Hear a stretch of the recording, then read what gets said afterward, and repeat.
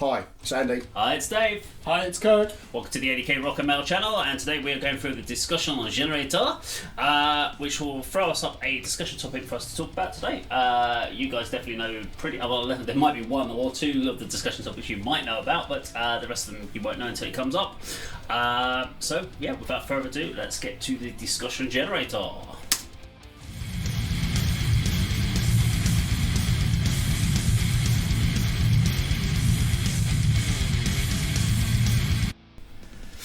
Okay, so is the youth of today youth gone wild? Or fucking hell, they're not though, are they? Where is the youth? The youth of today killing off the grassroots music scene.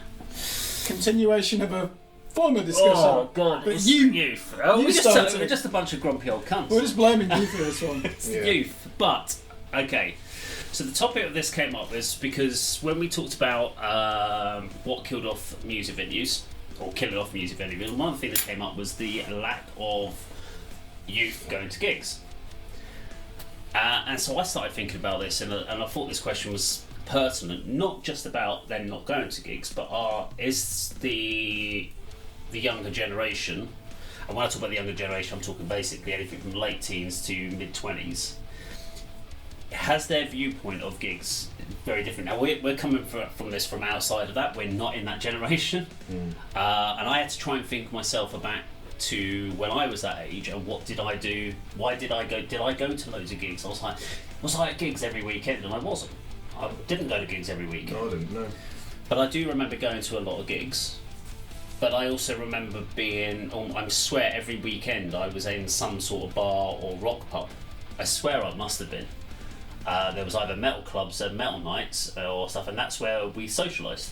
And that's where me and my friends would always be every weekend, either on a Friday or a Saturday.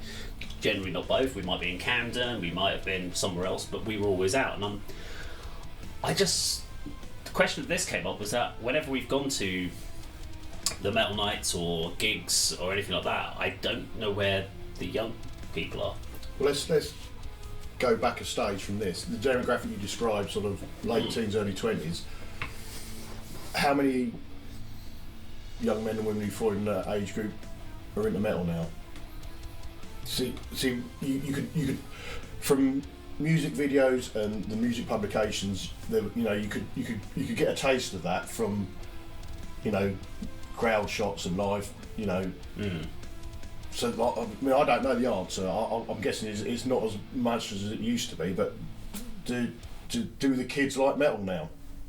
What bands are appealing to, the 20-somethings now? Or is it all aimed at people like me and you and Kirk? I don't know. Well, is it the fact that also our generation of, if you're in your 50s and you've got kids that are in their 20s and you're the dad who's trying to get them into metal, they're like, fuck off, I'm not listening to metal. Exactly. I've got two 20-year-old daughters and three stepkids, and none of them are interested in the music I like. Never showed, I've never pushed them their way, but they all know what I'm into, and they could come to me and sort of ask about it or oh, this is quite good, Dad, or Andy, but so they're the five sort of young people in my life who are not into it, so it's tough, isn't it? So where I guess the youth of today, the youth gone wild. I'm trying to think back to when we were youth, where would we get our music from? Where would we get exposure from? So of course you'd have Radio 1, Capital, that would give you your chart music. You'd have Top of the Pops, MTV. If you had satellite. If you didn't, it was empty. You literally got Top of the Pops, and if you were lucky, you might get a rock band occasionally. Like Metallica played on it occasionally, and you might get big exposure. Faith No More was on there, but then you'd also get some of the crossover, like Sum 41 might go on there, No Doubt, Lit, stuff like that would occasionally cross over. So you get a bit more exposure. But I guess today's youth, it's all 60-second TikTok samples and scrolling. So that's where their exposure's coming from. And does the metal market go to? I want to know from if you're an 18-year-old, 19-year-old and you're into metal, what do you do of a weekend? Do you socialise with your friends? Is there too much social anxiety because you feel you have a mental health problem, so you can't be around people? Because we probably all had mental health problems when we were 18, 19, but no one knew how to diagnose us because there was no social awareness of it. So you just felt that you went out to pubs and that's how you dealt with it. You got drunk. Are we qualified to answer this question? I don't think we are. We need the 18, So 19-year-old route. This is open questions. So it's very different. It's a sociological question, this, and we're making a lot of assumptions. One, we've just written off the youth as basically all of them suffering faking mental illness. Not faking. No, not fake. What I'm saying there is, and I think there's actually a question about this that comes up on one of the generator questions, and it is a case of, is the fact that the social awareness of, because you didn't have an app that turned around and everyone telling you that everyone's got mental health problems and you have ADHD and stuff like that. You only found out if your parents thought you did. Otherwise, your parents just generally said, "Man up and stop being such a twat and go out and see your friends." You didn't have social anxiety. Yeah. You felt well, it, you did, but your way of dealing with it was go out with your friends. But now or people not. or not, or you sat at home in a darkened room somewhere. And you put on music because you would then go to our price and you'd buy your CDs and you would relate to those albums. But going to gigs was always a challenge for the people with social anxiety. But now, because of awareness, more people can't.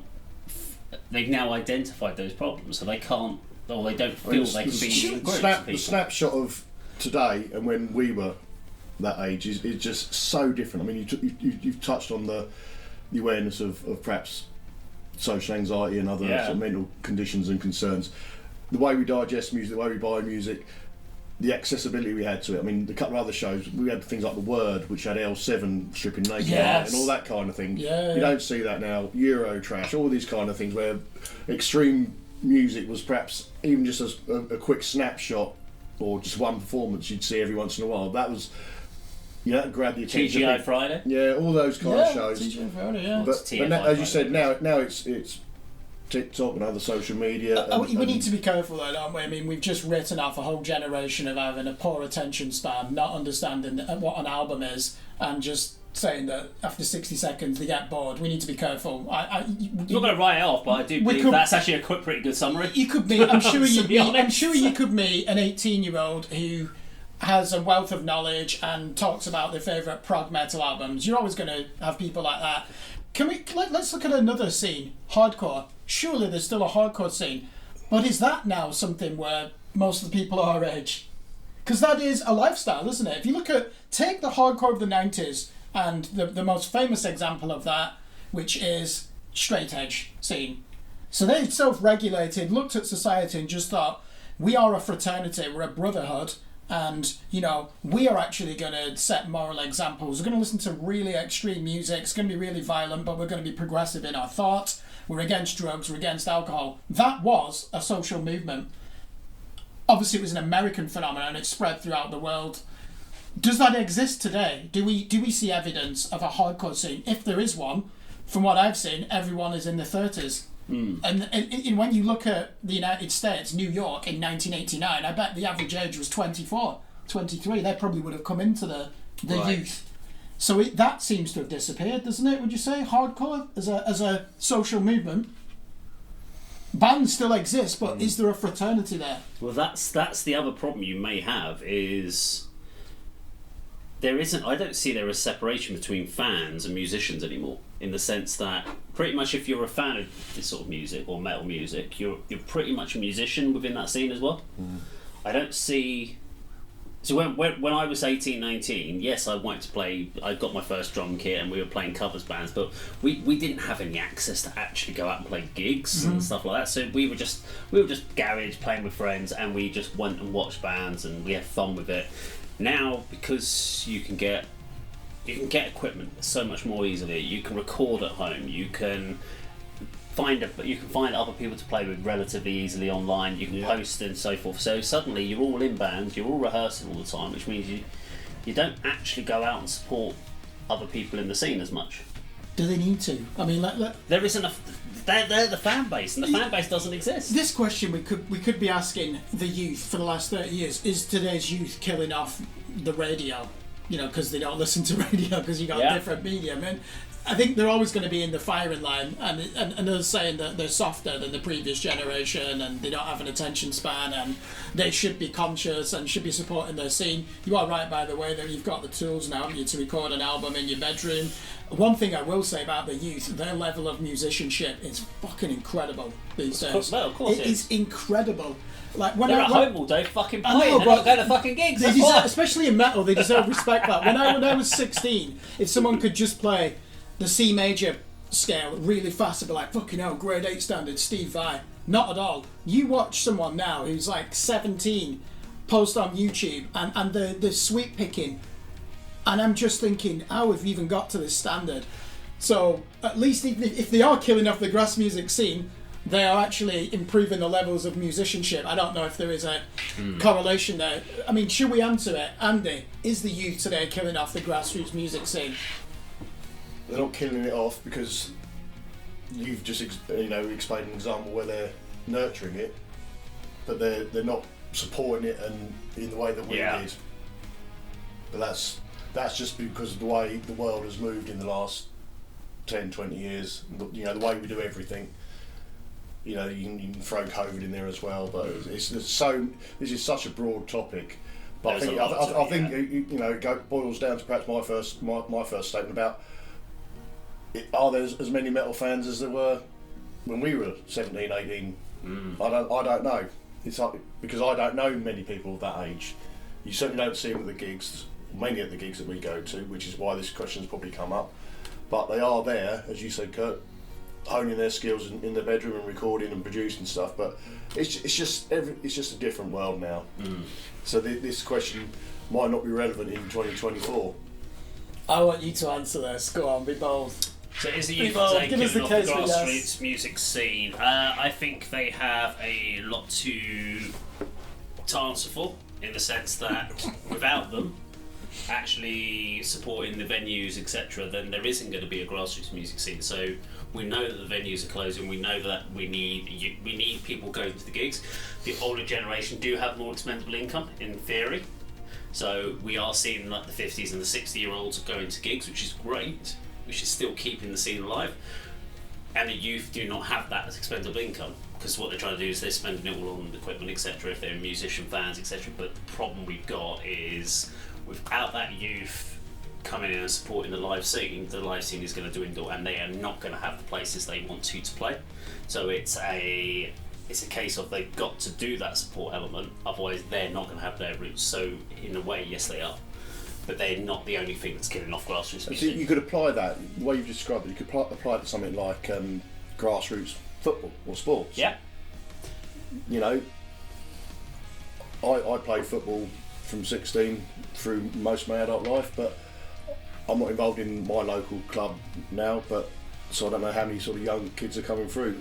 I mean, I know, I coach under 13 boys at the moment, but I think in the club that I'm involved in, the older age group, the teams disappear.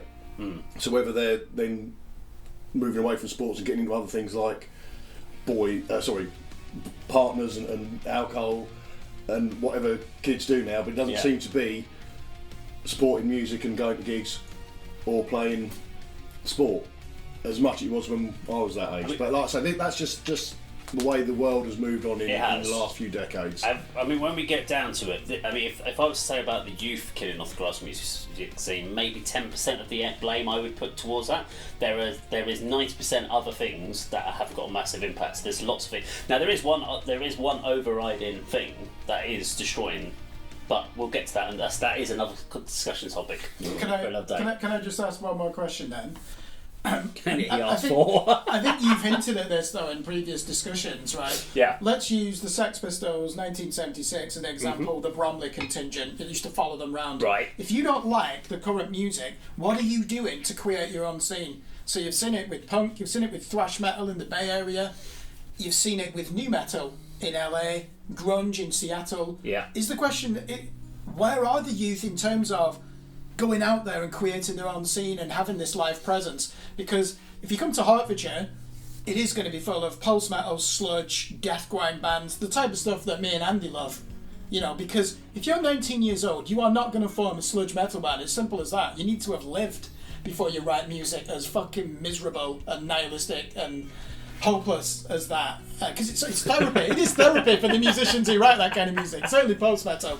So what really should be asking, what are you doing? You know, the last time we saw an explosion was Gent, Periphery and Tesseract and all these bands and Monuments, and then you'd have bedroom musicians for it. I don't want another fucking genre. I just don't. I do. Because every time someone starts a new genre, it's just a mashup of some other fucking thing. They just grabbed it and gone, oh fuck it, we'll be different and we'll throw that to it. It doesn't work. It's getting fucking annoying now. No, it's not. I'm getting to the point of like, can you just be good at doing? If you're going to be a death metal band, be a death metal band. Stop fucking putting trance beats on the fucking top. No, continue to miscegenate. Sorry, keep putting everything together.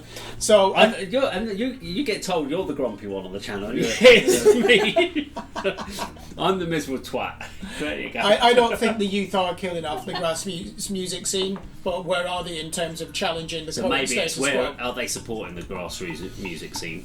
Is probably a better question, but I don't know. Let us know what you think in the comments below. 3 grumpy old men. Well, 2 grumpy old men and Kirk. Yeah. Pretending not to be grumpy. Try not to be grumpy. Try and take the right sides. Let us know what you think in the comments down below. Thank you very much for watching, and we'll see you on another video sometime very soon. Take care.